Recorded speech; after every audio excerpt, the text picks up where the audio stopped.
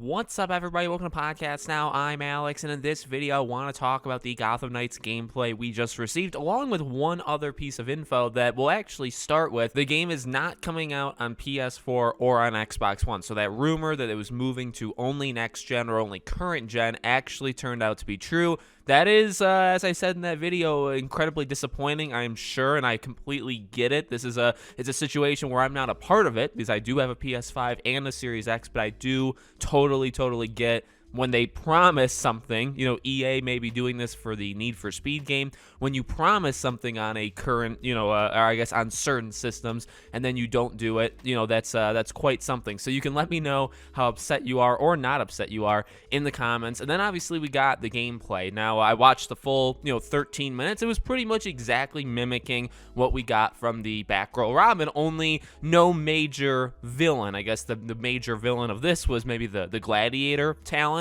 And we got to see a good amount of Nightwing and Red Hood gameplay. Now, I really think this was a mixed showing. I don't think it was incredible. I don't think it was awful. I think it was somewhere in the middle, but it had flashes of both, okay? I think visually the game looks amazing. I think visually it's probably going to be a very standout thing, which is not a surprise. Arkham Origins looked really good when it came out, and honestly, it still looks really good now. So I think this game is going to visually be really good. I think maybe even being on, just PS5 and Series S and X may help it, in terms of giving it all you got, basically, right, in terms of the looks. So I was really happy with that. The actual fighting moves look cool when Red Hood is spinning and he's shooting and all that stuff. I like that, like the look of it, okay?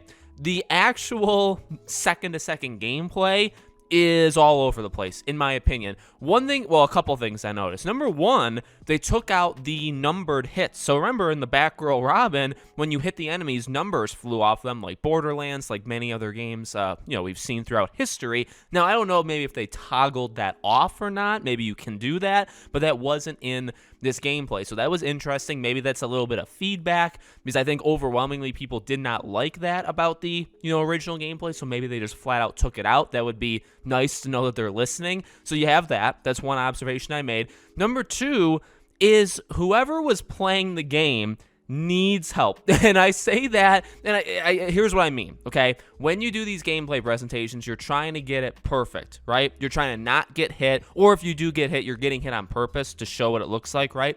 And you're trying to set up moves and all that stuff. There were numerous times in this gameplay where it was very clear the person playing wanted to do a specific move with an enemy, and instead of pulling it off, or instead of cutting to the clip where they did it right the first time, they messed up multiple times before they actually got it. The one moment I'm specifically thinking of is when they were first introducing the bomb throw by Red Hood, when he would grab the person, then he would let them go. Then he would grab the person, then he would and then finally he grabbed, put the bomb, kicked, and then shot it. But multiple times, including actually towards the end, he put the bomb on, was it the Talon Gladiator? And then he shot and he missed, and then he shot again, he hit it. So like things like that were just very weird to me. And again, I'm kind of making fun of it a little bit, right? It's not too serious. But one thing that I think that does show the combat, now I don't know, like, can you lock on?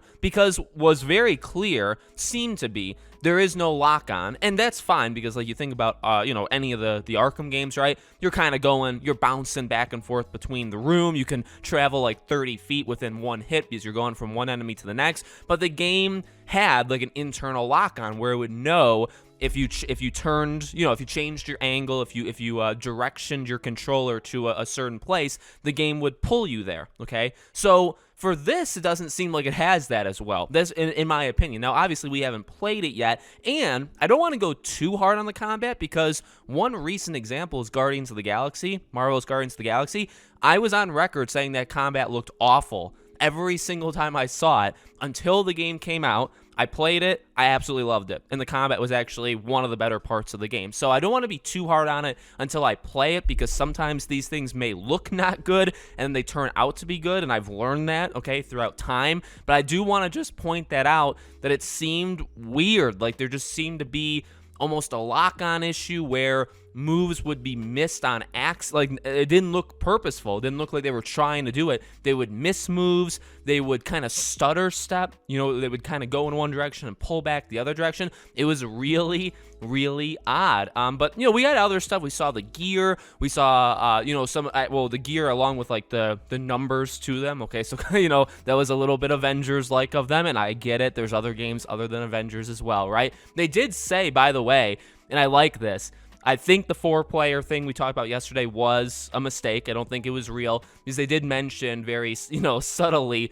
in the gameplay that, you know, while you're doing this, you can play the game solo or you can tackle it with up to one friend. I believe that's quote, you know, the exact quotes they said. So, you know, again, honestly, it was mixed. I didn't love it, but I didn't hate it. I think some of those combat things make me very, very worried, because the combat arguably is the most important thing, because it's probably what you're going to be doing the most.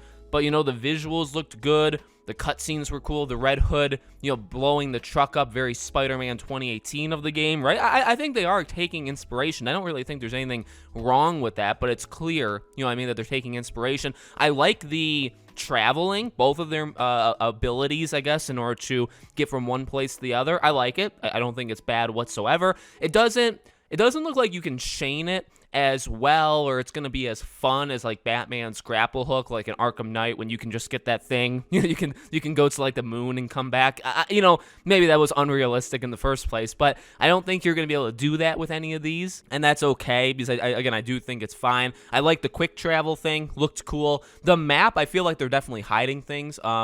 It was full, but it also wasn't full, and maybe that's because I'm used to like maps that are just way too full of objectives. But this map that they showed, very few things were on it, but there were enough things to make it look populated. So I'm actually not disappointed with that at all. Again, the big thing I'm disappointed with is the combat. It doesn't look good, in my opinion. It looks very troubling, like you're going to mess up a lot. It looks like it needs some sort of lock-on system. Maybe it was just the person playing it wasn't very good. I don't know. You know what I mean? Those are kind of things that worry me. I guess the gear has always been a thing.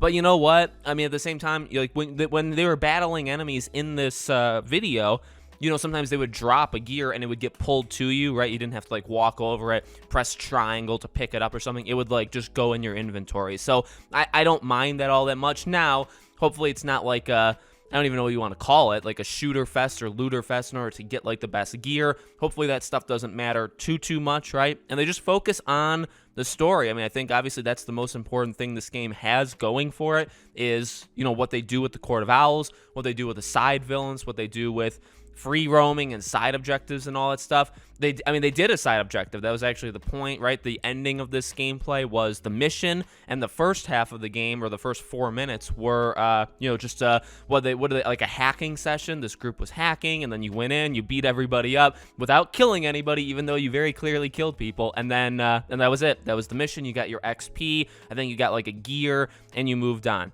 You know, again, solid, not good, but not really bad either. So let me know what you guys think in the comments. By the way, this is only the start. This was kind of my overall reaction. Over the next couple days, I'll try to pick specific things we saw in this trailer or gameplay video and go more in depth, much like I've done with Hogwarts Legacy. So if you have anything you want me to talk about, let me know in the comments. Make sure you guys are subscribed, bell icon turned on, so you know when all these videos go up, and I hope to see you guys on the next video.